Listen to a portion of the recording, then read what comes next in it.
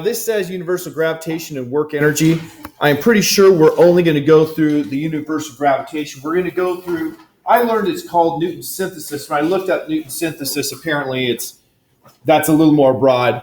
We're going to look at what Newton worked out for how a uniform shell of mass puts a force on a point object. So Newton's universal law of gravitation is best written as a calculus equation. That is, the dF of gravity, notice that's a vector, is equal to minus gm1, so that's the force on point mass m1, due to mass spread out over the second object, dm, over r squared, and then with r hat. The minus sign and the r hat are to give you the direction. What does that mean? It means that it's an attractive force. So don't sit and worry about, I'm not sure how that minus sign and r hat play into it. The minus sign and r hat together simply mean that the gravitational force is attractive between each little piece of mass dm and the point mass that I'm interested in, capital M1. Another exactly identical way, or actually identical in meaning, not identical in writing, way of writing this is that df is minus gm1 dm over r cubed with an r vector, right? Because by definition, r hat is equal to r vector divided by r. That is, it has the direction of r vector, but a magnitude of 1. So that's why r vector divided by r magnitude is just going to give you the direction r hat. So those are identical, meaning different ways of writing depending on what you do. Why is that a better way of writing the universal law of gravitation? Because gravitation is between mass, and if I have mass spread out over a region, then I'm going to have forces in different directions for the mass from different pieces of that region. And so I take this, and of course, how would you find the actual force since that's a dF? I'd have to integrate. Now, one more thing before I move on. What does the dm mean again? Little pieces of mass. It means a little infinitesimal piece of mass. So the dm is when we integrate over dm, we're going to integrate over all of the mass in our object. So if your object is not a line, it means you're going to have a more complicated integral. Now, we will have a one-dimensional integral because we're going to do a problem that is a uniform spherical shell. So uniform spherical shell, that means you have, like my tennis ball, it's empty on the inside, obviously empty on the outside, and for our intents, or for our purposes, of infinitesimal thickness, so it's just a shell. So no thickness to it to note. And so we have a two-dimensional surface in a three-dimensional space that we're going to have to integrate over. So how do we do this? The Wikipedia entry on this is pretty good. It actually has a nice picture with animation to illustrate your integral for one of them. In fact, I don't think that it'll follow. Oh, it does follow the links. Wow. So if we look here, that's a static picture. Here's a picture just illustrating how you do the integral. You integrate over the entire surface of the shell.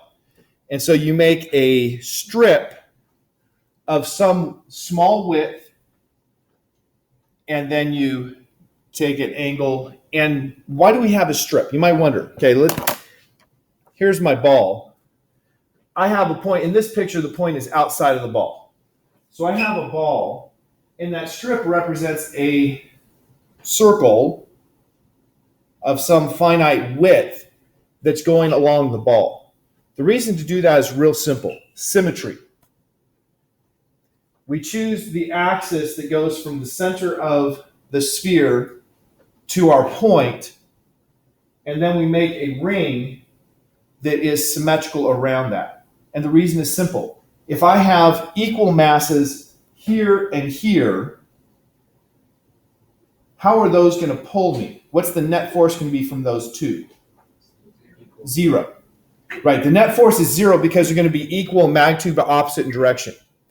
Now here it's a little more complicated because we have something like this and this. If I have two things pulling the direction my fingers are pointing, the net force, what direction is it going to be? It's going to be vertical because the horizontal points or directions add to 0. So we'll start right off by saying, well, a symmetry argument, if we choose this geometry, a symmetry argument demands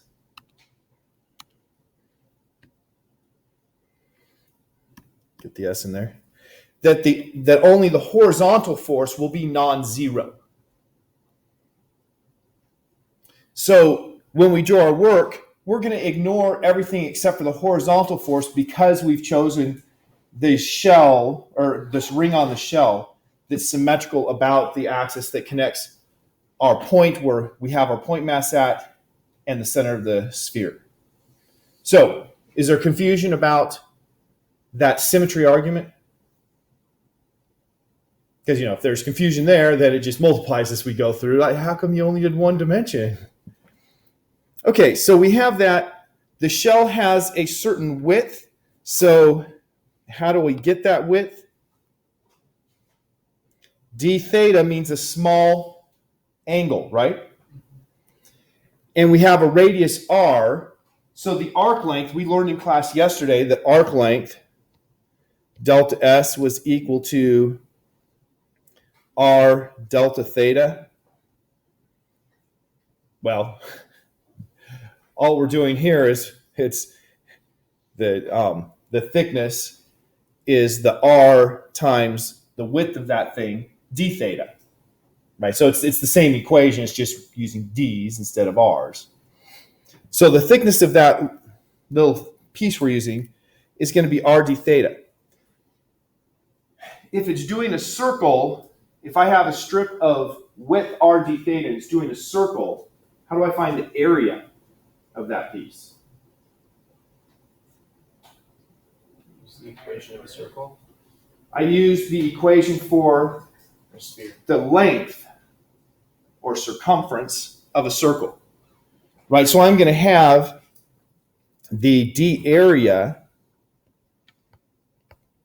By the way, this becomes, well, I'm not going to put ds because s means something else in this problem. If I put ds, it'll be confusing to us.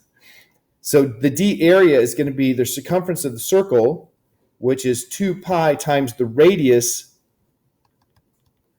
of this circle. So based on what I wrote there, now this angle theta is actually shown on the other side. But how can I find the radius of that circle using the angle theta? Excuse me? No, I stopped there. Oh, okay. Okay, sine because it's the opposite side. And some people might say, but it's more than 90 degrees. And it's true, it is more than 90 degrees. But sine of 180 degrees minus theta is the same as sine of theta. It's going to come out to be the same thing. So I'm going to put 2 pi capital R sine theta. The capital R sine theta is the radius of the circle for the strip. And then I have to multiply it by the radius of my circle, which actually was a capital R in this problem. And d theta, the thickness of that strip. So my d area, oh, you know what? I have another page to work this out because there's no space. Do you have a question, Cody? I'm sorry. I have another page because this is too small to work it out. I realize that won't work out. So let me go to the next page and just, whoops. Uh-oh. I loaded the wrong thing. I'll see if the right one is there. If it's not, well, we'll stay on this. Well, yeah, it must be that one. The only difference is adding those pages. Okay, so here we go. Here's the added page. See, it's got room for me to work it out. So I'm going to have d area is equal to 2 pi r sine theta times r d theta, which is 2 pi r squared sine theta d theta. So that's the area. Now, why did I find the area when I'm integrating over the mass?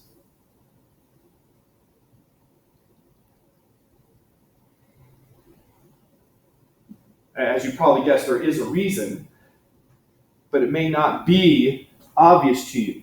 The reason is because dm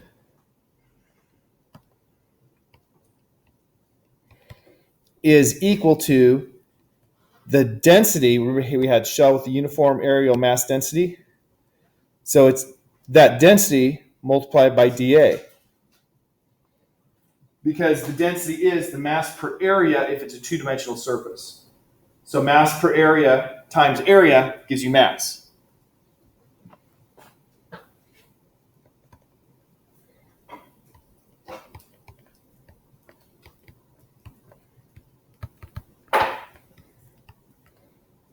So there I have the dm that I'm going to integrate over. But I have the rest of my equation has, well, what's the rest of the equation?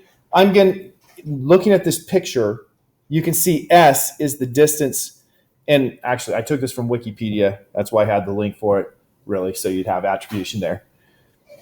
Realistically, that d theta is so small that this S is just going to where d theta is. This makes it look like, S is going to one side, and you'd have a different value if you wanted the other. Not so. S is the separation between my point mass, what I called capital M. This has as lowercase m. I just realized now after doing the entire problem. And my little piece of mass dm. So if I use the Newton's law of gravitation, dF is equal to, and I'm dropping off the minus sign because I'm just doing magnitude, G m1 dm, and I'm going to put over S squared because my picture has S as the separation between the masses.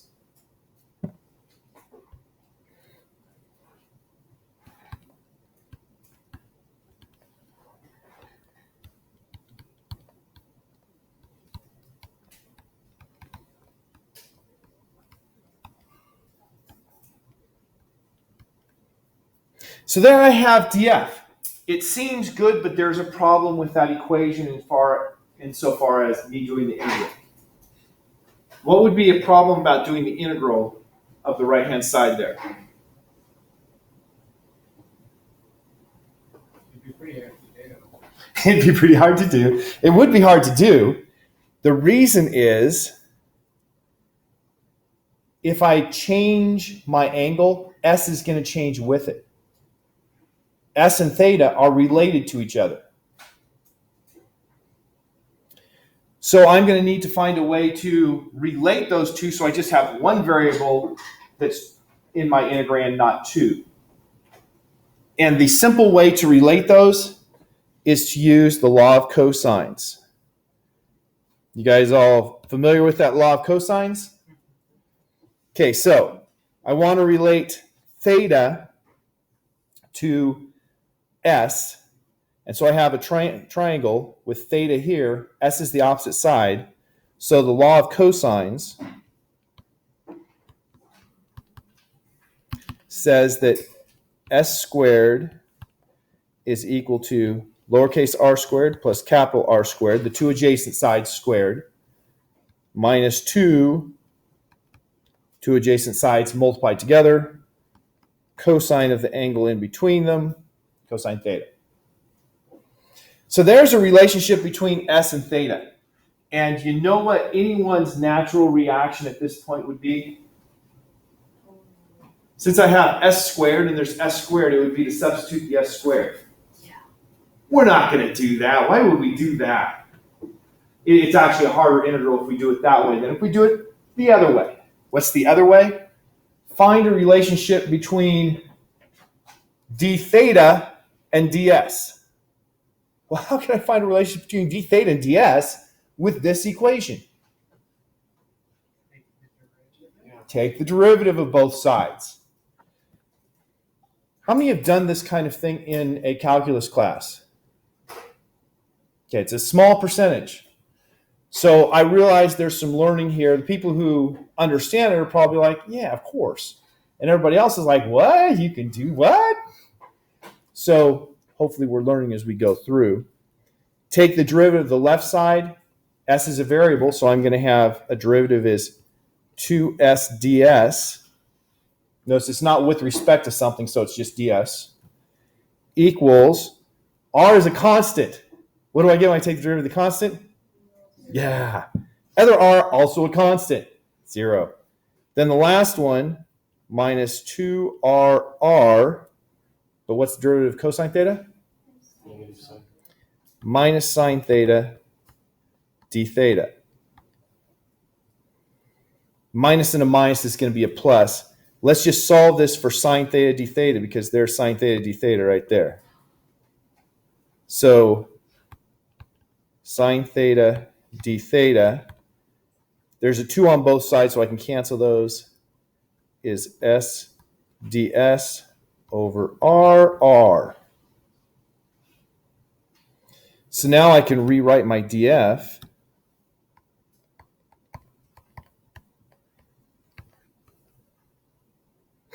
don't need the parenthesis anymore. That was for a different purpose.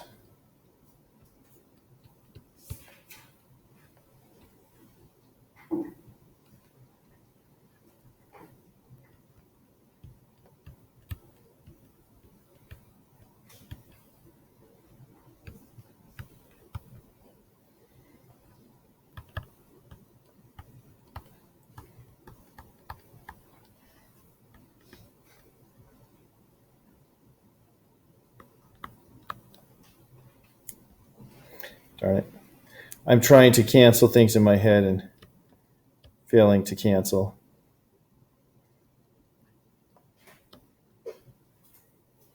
Okay, I think I have all of my units canceled correctly there.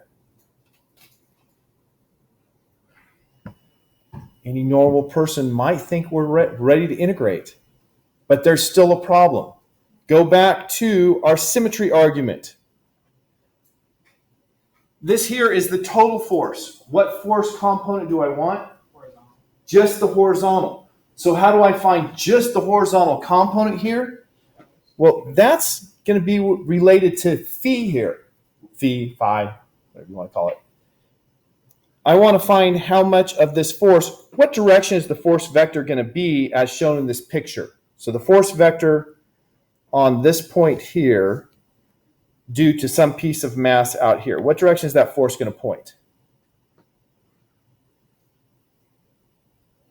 Okay, give me words. I saw people pointing. Okay, it's going to point. Ooh, I'm going to use my arrow. Maybe I'll use my arrow tool. It's going to point like that. That was a mistake. Go away. Okay, delete that thing. It's going to go like that. God bless me. My df is going to go like this. So I want just the horizontal component. So what trigonometric function of which angle is going to give me the horizontal component of that? Cosine. It's going to be cosine of? The one that's not theta, whatever it is. Yeah, the one that's not theta, phi. Well, that's another variable. I don't want to leave it in that variable. I will write it here. df in the x direction is going to be minus df cosine of phi. Why minus? Because it's in the negative x direction. If I define a standard, I'll get to you in just a sec. X like that. Okay, so what's your question? Just looking back at the DFs, Mm-hmm. there was is that a lowercase f on your first DF there next to pi? So like 2 pi lowercase r, or not? All F's should be capitals. There's an F. I apologize. I meant to say r. R. Is there a lowercase r by the pi? This here is 2 pi sigma. So 2 pi sigma. Oh, that's sigma. So here, 2 pi sigma, 2 pi sigma. The pi is rather suspect there. I thought it was an r. Let's just throw it down.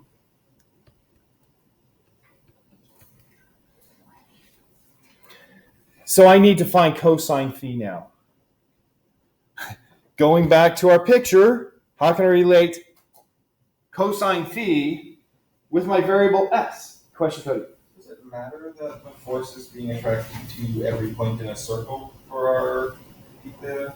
It does. We're integrating over that entire circle, but because we can ignore the parts that aren't in our x direction, we only take the amount of the total answer we get that's in the x direction. We don't worry about how the other parts are distributed because we know they add up to 0. Okay, so that's being taken care of by the integral is coming from the full circle. Yes. Can't you put cosine or sine phi over capital R equals sine theta over s? I can. That would be a correct solution, and because I already have the law of cosines done, I could then go from that theta. But it would be quicker to just use the law of cosines with phi. Okay. So that is a working method, right? Like when you're solving a problem, if you have a working method, you might feel compelled to go back and find a more elegant solution, but if it works, it still works, right? So I wouldn't say, oh no, you should have gone back and done it the shorter way, right? Because you do it many times. There's more than one way to skin a cat, as they say. So using the law of cosines yet again, change it to green like I did last time.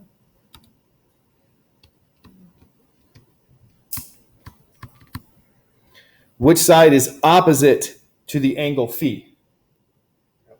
Capital R. So I'm going to have capital R squared is equal to lowercase r squared plus s squared minus 2 lowercase r lowercase s cosine phi. And so that means that cosine of phi must be equal to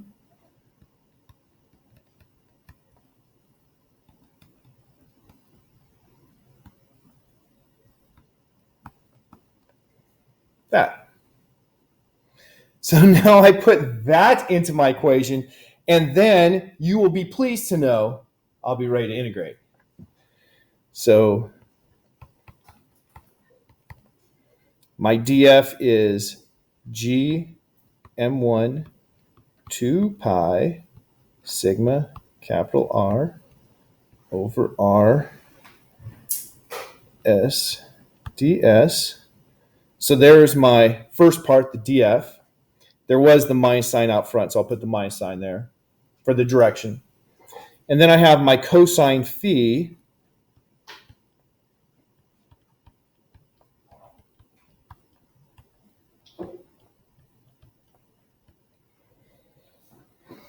I am going to simplify this before integrating. So how could I simplify? Well, I have 2 lowercase r's on bottom, 2 s's on bottom. And so I can write this as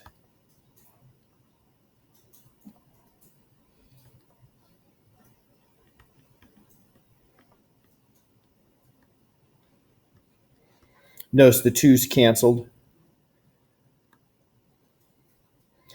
And since I have an s and an s, it's an s squared on bottom.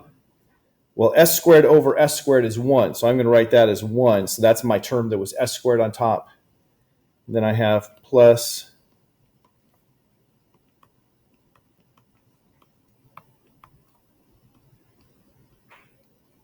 I have to fit a ds at the end. Now I'm ready to integrate. S is the only variable in that, and it's actually a pretty simple function of s. I have one last thing I have to worry about. What are my limits of integration?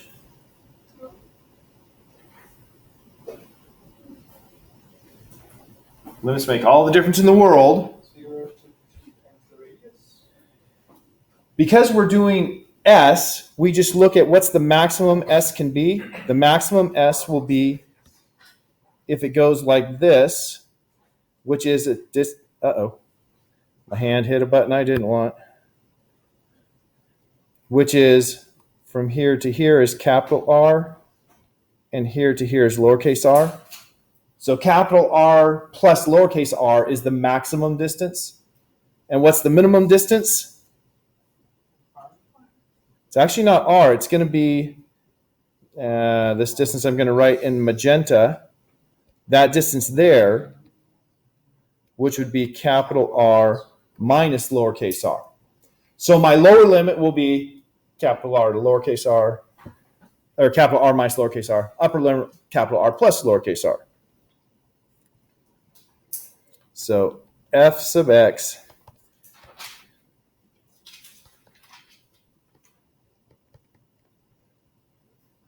actually, let's put the constants before I put the integral sign. It makes life look a lot simpler that way.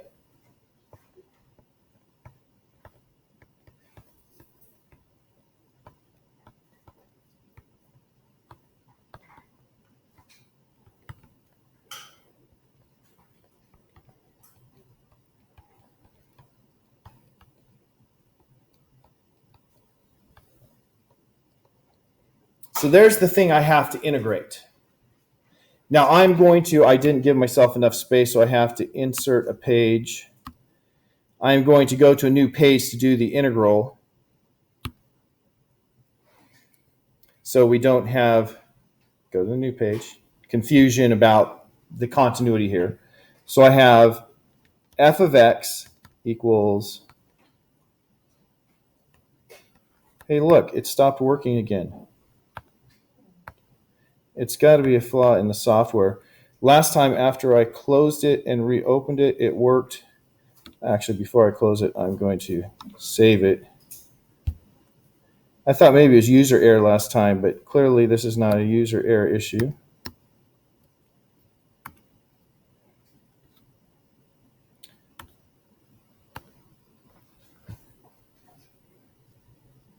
Unless you call me touching the screen with my hand a user error, which one conceivably could.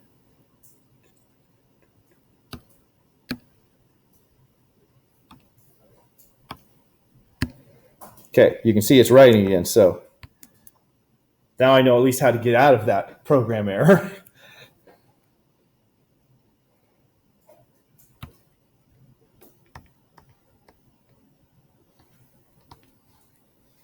GM1 sigma pi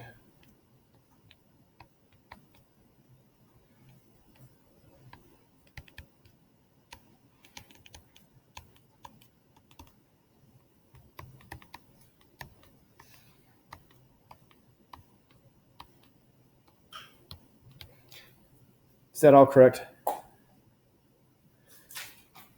Okay, I hope it's correct. I mean, if I have like the little lowercase r and the capital R in the opposite order, then I'll have the wrong answer in the end, right, in that parenthesis. That I made that mistake when I did this before class. About the time you came by, I was like, where's my minus sign error? And that's where it was. So we do our integral. Minus g m1 sigma pi capital R over r squared times s minus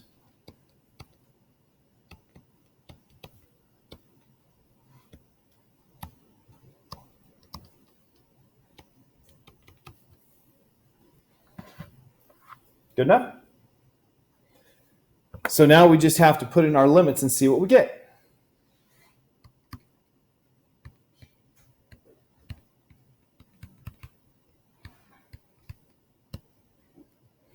So I'm going to do the limits for s first. So that would be r plus r minus r minus r. So that's the limits for the first one. And then minus Let me do the second one in a different color.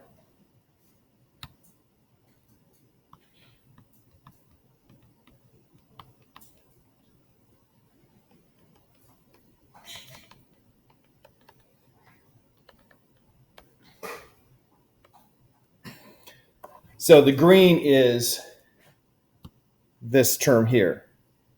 The minus sign is because there was a minus sign in front of that term. Well, the first part is easy to do. What does that give you? Capital R minus capital R is? Lowercase r minus a negative lowercase r is? Okay, so that gives me 2r for that term. Now for the other one, I need a common denominator.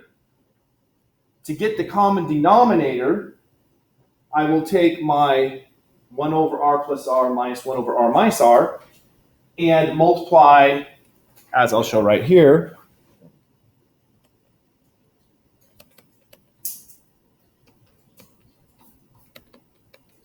the first term by capital R minus lowercase r, the second one by just the opposite, capital R plus lowercase r.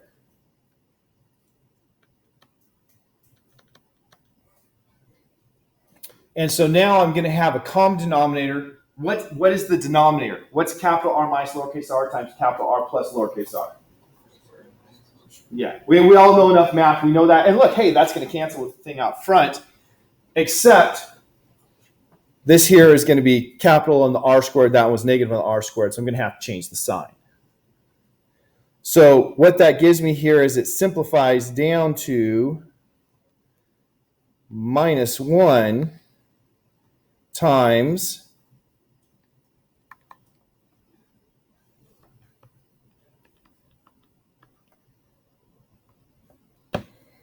that thing in parentheses, the thing r minus r minus r minus r, the capital R is going to subtract out.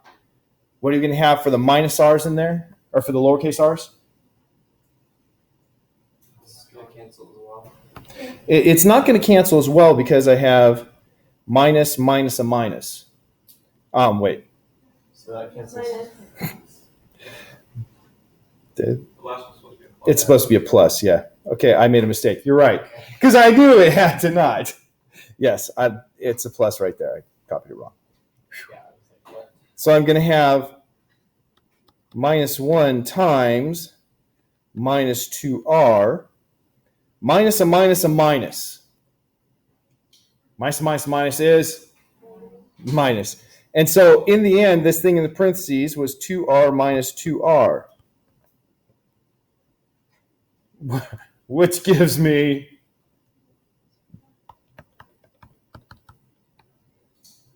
fx equals 0. Now let's review what we just did. Right, we've done a lot of math, and by the time you've done 10 minutes of math, 15 minutes of math, whatever it was, you kind of forget where you started. So what we calculated was the horizontal force on that little mass inside the sphere. And it could have been at any position, lowercase r, away from the center. And what did we find the force on it was? 0. So what does this tell us? If we have a mass inside of a uniform spherical shell of mass, the gravitational force on that thing is 0. So it brings up interesting things like, if the Earth was hollow and you were inside, what would you feel? Weightless. Wouldn't that be cool? Now, of course, the Earth is not hollow, but if you drill down into the Earth, the deeper you go, the more of the Earth's mass that is outside of you. You can treat the Earth as an infinite number of spherical shells. And each of those shells you can treat as pretty much uniform. The Earth is pretty uniform at a certain elevation, it's the same density.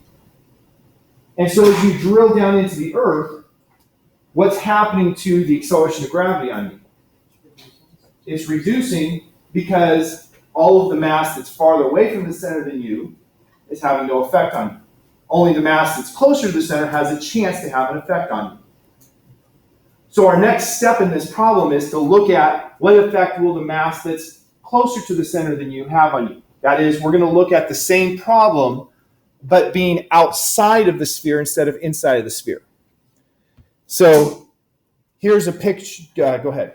Okay, just like in theory, like if you were exactly in the center, then you would stay in the center. But if you like move just slightly to one side, wouldn't you accelerate towards the side of the sphere? You anywhere in there, you would have a net force of 0 due to gravity, and so you would be weightless no matter where you are inside. I know it seems counterintuitive because it's a central force that always is attractive, and you think, well, I'm inside, there still should be something special about the center point, and either the forces are going to pull me toward or push me away. But they actually don't. Move with the tides. Hmm? Move with the tides. Sure. There's not a perfect sphere, so. That's also true. Now we're going to work from the outside. So here is the same picture. All that's happened is we moved the mass from being inside to outside. So that means all of the work we did is not wasted the second time around. It's all still good. The only thing that's different is the limits. How are my limits different this time? What's the maximum value S can have?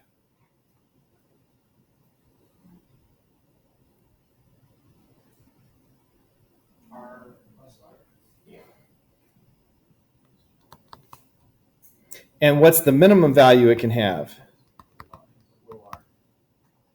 The minimum value is not going to be little r, because little r is the distance from the center to M. Oh, right. So it's little r minus capital R. Let me rewrite the upper one so I have them in the same order. How is that different from before? Just switched them. Switched which one was the negative. Is that going to make a difference in our calculation? Yeah. You betcha. It's going to make a difference. So let's go straight to our conclusion.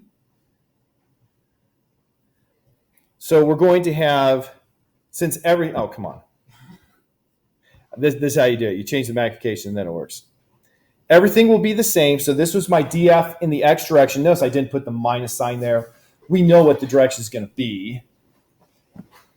And so when I do my integral, I'm going to have f in the x direction is equal to, I'll throw the minus sign there now, minus g m pi sigma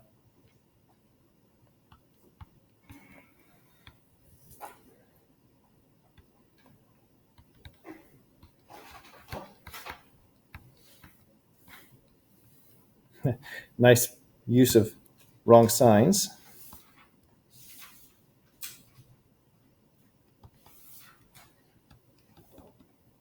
So there, that's exactly the same as the first time around, except for the limits are different.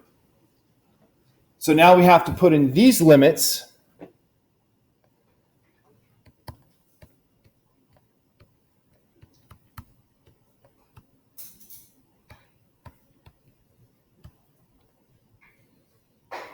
So I'll put the S limit again first.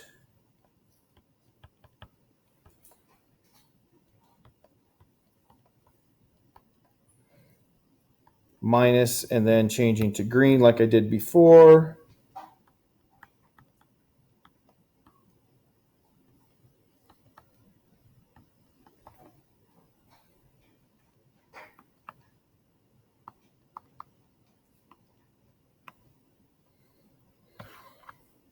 And I just need to evaluate these. Who could tell me what we get from the first piece here?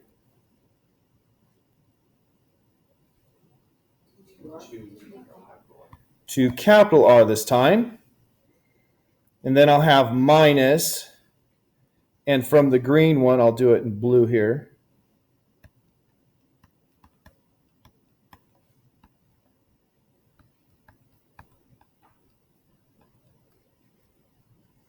Okay, so that's just going to be 1 this time instead of minus 1. I think you can see the difference now. And then this would be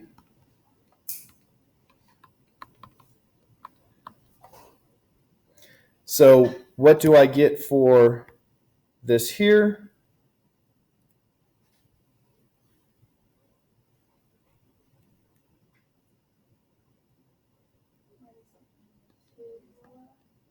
Minus 2 capital R. Right, because the lowercase r's are both positive with the minus sign in between. But the lowercase, or the capital R's, one's minus, one's plus, minus sign in between. So minus 2R. So I put these together. That was a plus 1. 2R minus 2R is plus 4R. So my answer comes out to be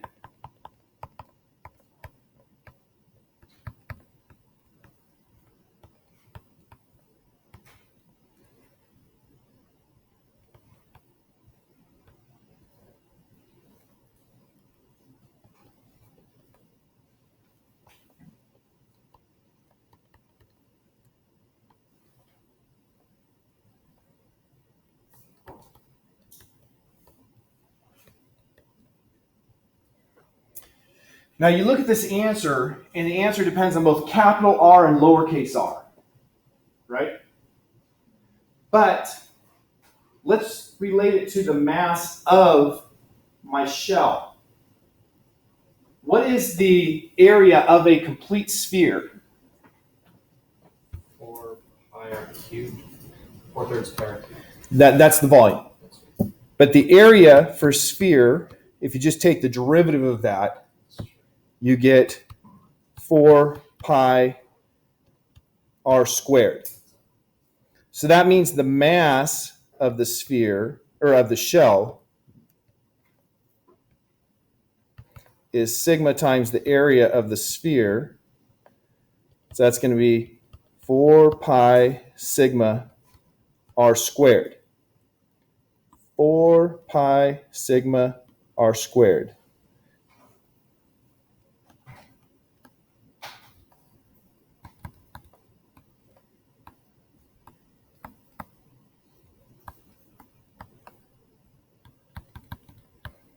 So what we have is the force in the x direction is minus, because of the directions, because it's attractive, g, the mass of my point mass, the mass of that spherical shell, divided by the separation between the center of the spherical shell and my point mass squared. Which is exactly what I would have had for the force between 2 point masses. So what this shows is if you're outside of the sphere, then the gravitational force is like you have all of the sphere's mass at its center. Now this was for a shell, but once again, if we have a solid sphere, we can treat it like an infinite collection of shells. So what that means, if I have a uniform mass distribution on a sphere, I can treat it for gravitational purposes like a point mass at its center if I'm outside. So if I take this and I relate it to the Earth, the question I had earlier, we have the Earth, and let's say that I drill down to some point here. So if I'm at this point, all of the mass that's farther away from the center of the Earth than I am, what effect does that have on me? None. All the mass that's farther away than I am from the center has no effect. And what about the mass that is closer to the center than me? It acts like it's right here at the center. And so I can just calculate the force on me is going to be the mass that's closer to the Earth than I am, times my mass, times g, over my distance from the center of the Earth squared. This becomes very useful when we're talking about, gravitation, especially, we're talking about plants and whatnot. We can assume that most plants are pretty close to uniform. They're not perfect, but pretty close. The moon, surprisingly enough, is not as close to uniform because the moon is tidally locked. The same side of the moon is always facing us. And as a result, the gravitational force has pulled the center of mass of the moon, so you have a more dense core is pulled toward the Earth. So it's not symmetric because of that tidal locking. It's the asymmetry actually that allows for tidal locking to begin with. But it proves even more important when we get to second semester and talk about electricity. When we talk about electricity, we'll come back to this idea again the force of electric charge has the same form as the force of gravitational charge, which we call mass. And so exactly the same calculations give you exactly the same result that, if you're inside a conducting sphere, there is going to be no force from electric charge acting on you. If you're outside, it's like all the charges at the center. Now, I do have some more slides here, but I have only 5 minutes, and the slides are going to introduce a topic we haven't had yet in class. So I think rather than introducing a new topic right now in 5 minutes and hoping that something sticks, I'll just leave. If you have questions, ask them, and if you don't have questions, we'll end class.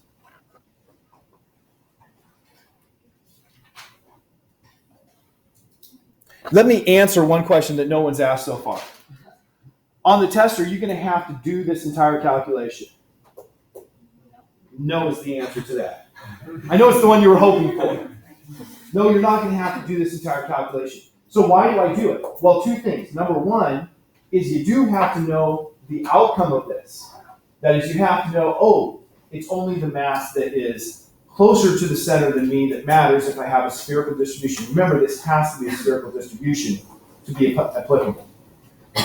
And so you need to know that outcome, and you should know the basic method that was used. So I can give you a part of this to do on a test, but not the whole thing, because that would be, half hour at best, shot doing one problem, and nobody has that kind of time. Or as we colloquially say, ain't nobody got time for that. Any other questions besides the one I asked? All right. Well, if you have the asthma, stay away from